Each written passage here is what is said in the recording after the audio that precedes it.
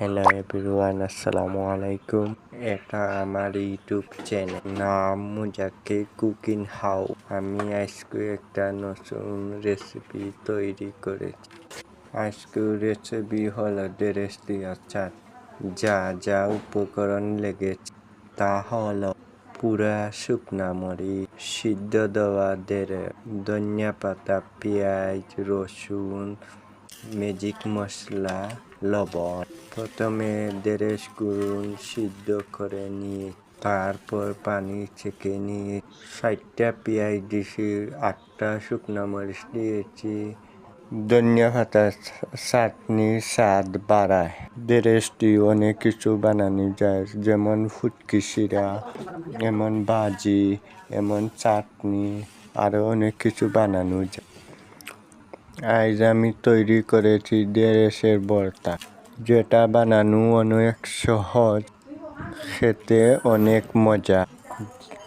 জাল যার যার পরিমাণ মতো দিবেন। যারা বেশি জাল খেতে পছন্দ করেন না, কমাইয়ে দিবেন। যারা জাল খেতে বেশি পছন্দ করেন তারা নাগাও দিতে পারেন। ঢেঁড়সের বড়া অনেক মজা, যা আমি সন্ধ্যায় বানিয়ে থাকি। আমার পরিবারের সাথে একসাথে বসে আমি খাই। এর মজা বহুগুণ।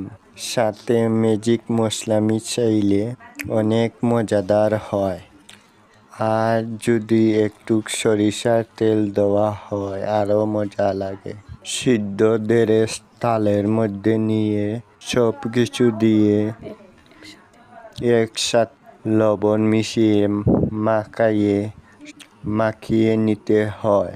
তারপর গরম ভাতের সাথে পরিবেশন করলে অনেক মজা হয়।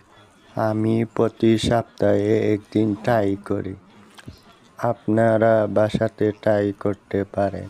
এটা বানানো খুব সহজ, কোনো ঝামেলা ছাড়া তৈরি করা যায়। আপনারা বাসায় একদিন খেয়ে কমেন্ট করে জানাবেন কেমন হয়েছে। আমার কাছে অনেক ভালো লেগেছে এবং আমার পরিবারের সবাই খেয়ে অনেক প্রশংসা করেছেন।